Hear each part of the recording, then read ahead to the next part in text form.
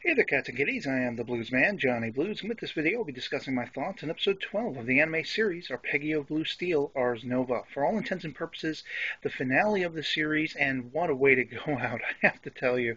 Watching this episode, I was really reminded of a lot of endgame sort of RPG boss battles, the likes of which are like Final Fantasy and stuff, where you have this villain, Congo, just becoming something much more than the threat she as yet was. And she becomes so much more menacing, piloting around this giant spherical Death Star looking vehicle, like something out of Star Wars, with a super gravity cannon that she doesn't have to worry about the recoil or re energizing. She can fire this thing multiple times, and she takes out the entire opposition fog fleet. And I say opposition because even though they are supposed to be working toward the same ends, because of that influence she's been affected by that we've seen exhibited over the last several episodes, she's completely in command of her own rage and her own sort of obsession with taking out Iona. And it's not even so much the vessel anymore. Once Iona breaks free of it and is ordered by Gunzo, to go and try to uh, have a one-on-one with Congo and change her and make her better and everything like that, make her less of a threat, beat her essentially.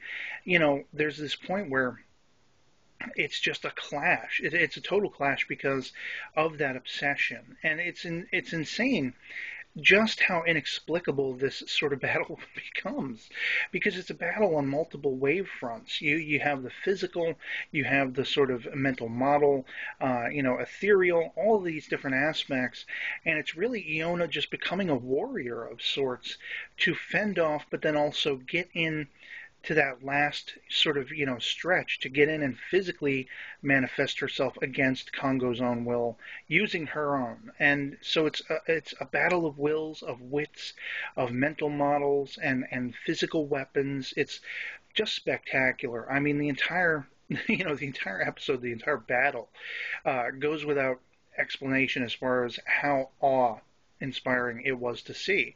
You have these giant sort of daggers or blades or swords that Congo wields that are like giant, almost snowflake shaped blades, and it's just insane because they're also energy. They're not necessarily actual blades. And I mean, the whole thing, the color of the whole thing, the sort of threat and the ominous nature every time Iona was snapped back, it just goes without explanation as far as how awesome it was to see this whole battle waged.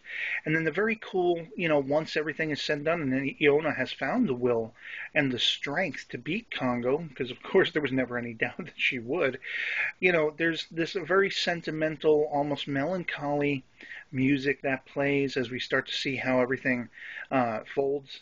From there, basically, they made it to America. You have, very interestingly, the non-translatable voice, because of course it is in English, saying that the I-401 has made it, they're alive, they're safe, they've transferred the weapon. And in the finale, of course, you have Gunzo and Iona talking about, was he able to achieve his goal? And he does believe he is. The world will change.